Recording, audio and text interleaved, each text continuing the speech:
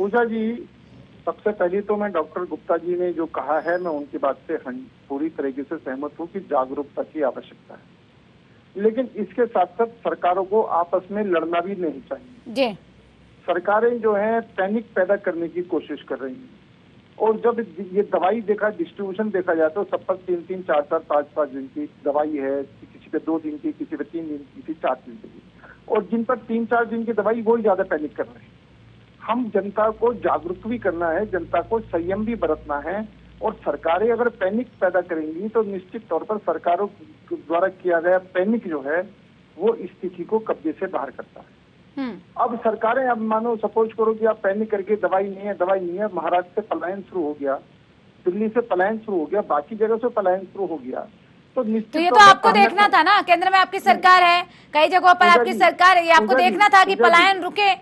पूजा जी मैं वही देखो, केंद्र में सरकार हमारी है लेकिन महाराष्ट्र में हमारी सरकार नहीं है, केंद्र में हमारी सरकार है, दिल्ली में हमारी सरकार नहीं है।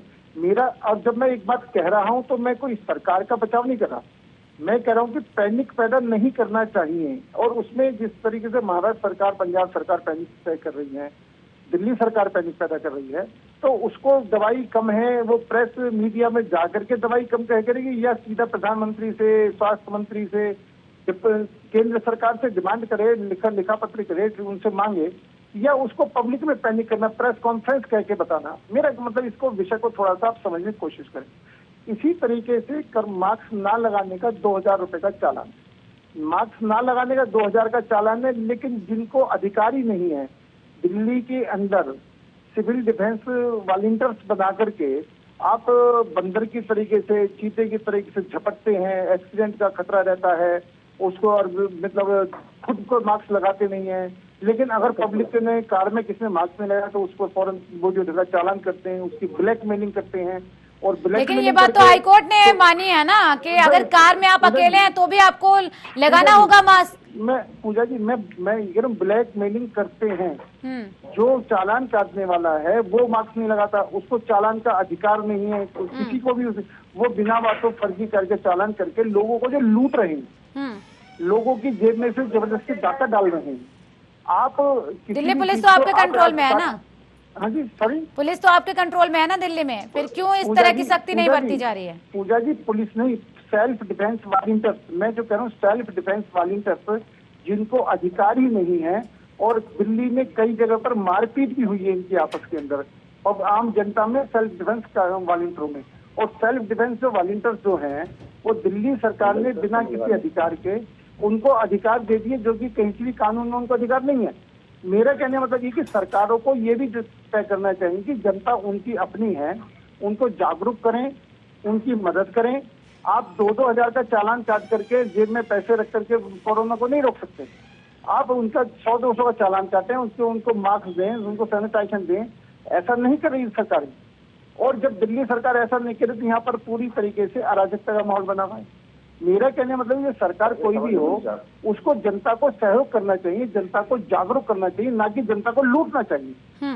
और जिस तरीके से दिल्ली में केजरीवाल सरकार ने लूट मचा रखी है, वो निश्चित तौर पर बहुत बड़ी समस्या खड़ी कर रही है। जिस तरीके से महाराष्ट्र के अंदर पैनिक पैदा करके लोग निकलने शुरू हो गए, उनकी देखा थी कि दिल्ली में निकलने शुरू हो गए, और उनकी देखा थी कि और जगह भी निकलने शुरू हो गई। तो जब हम सब काम सरकारों पर डाल देंगे तो भी ये काम नहीं होगा। ये हम सबकी जिम्मेदारी है। जैसे फैक्ट्री ओनर है, उनके पास अगर 10 मजदूर है, 20 मजदूर हैं, तो उनको आश्वस्त करें कि भाई तुम्हारी नौकरी नहीं जाएगी, तुमको अगर काम बंद होगा तो खाना पीना मिलेगा, आप गाँव मत जाओ। उनको वो 5-5, 10-10 मजदूरों को रोकें अपने पास, जो रोक सकते हैं। इसी तरीके से जो स्वयंसेवी संस्थाएं हैं वो भी अपना फर्ज अदा करें। और सरकार, मैं जैसे दिल्ली सरकार को के लिए बार बार कह रहा हूँ, ये जो लूटने खसोटने की प्रक्रिया शुरू हुई है कि जनता को कोरोना का भय दिखा करके और उनसे पैसा लूटा जाए, उनकी जेब में डकैती डाली जाए, वो नंबर चाहे वो 2000 रुपए लेकर लूटा जाए, चाहे उसकी जगह 500, 700, 1000, 1500 की रिश्वत लेकर के छोड़ा जाए, वो दोनों ही जगह गलत है। आज जो आम नागरिक है वो 1-1 रुपए को तरस रहा है, और आप 2-2 हजार का चालान काट करके या 1000, 1500 में कंप्रोमाइज करके फैसला करके जेब में। तो केंद्र सरकार की तरफ से ऐसी कोई तैयारी क्यों नहीं की गई? ऐसा कोई जागरूकता अभियान क्यों नहीं चलाया गया जिससे लोग जागरूक हो सकें, इस तरह की नौबत ही ना आए? नहीं, सख्ती उससे के नहीं बावजूद भी इतनी तेजी के साथ मामले बढ़ रहे हैं। 4,000 से ज्यादा मामले सामने आ रहे हैं दिल्ली में। उत्तर प्रदेश में चले जाइए, 9,000 से मामले ज्यादा सामने आ रहे हैं। पूजा जी मैं वही कह रहा हूँ कि जागरूकता अभियान चलाने की आवश्यकता है। सरकारें जो हैं जो लूट खसोट कर रही हैं उसको तो करिए ना, किसने रोका है आपको? क्या दिल्ली सरकार ने मना कर दिया कि दिल्ली में आप जागरूकता अभियान नहीं चला सकते? बिल्कुल हमने तो चलाएंगे, और अभी हम जंतर मंतर कब चलाएंगे? 1,45,000 से ज्यादा मामले सामने आए हैं आज, कब चलाएंगे? पूजा जी आज ही अभी मैं जंतर मंतर से वहीं से आ रहा हूँ, इसी अभियान के तहत आ रहा हूँ। इसी अभियान के तहत हमने बाकायदे बिल्कुल प्रदर्शन करा है और ये कहा है कि हम किसी भी चौक पर ये सोशल। राहुल गांधी कह रहे हैं निर्यात बंद कीजिए, वैक्सीन की निर्यात बंद होगी क्या?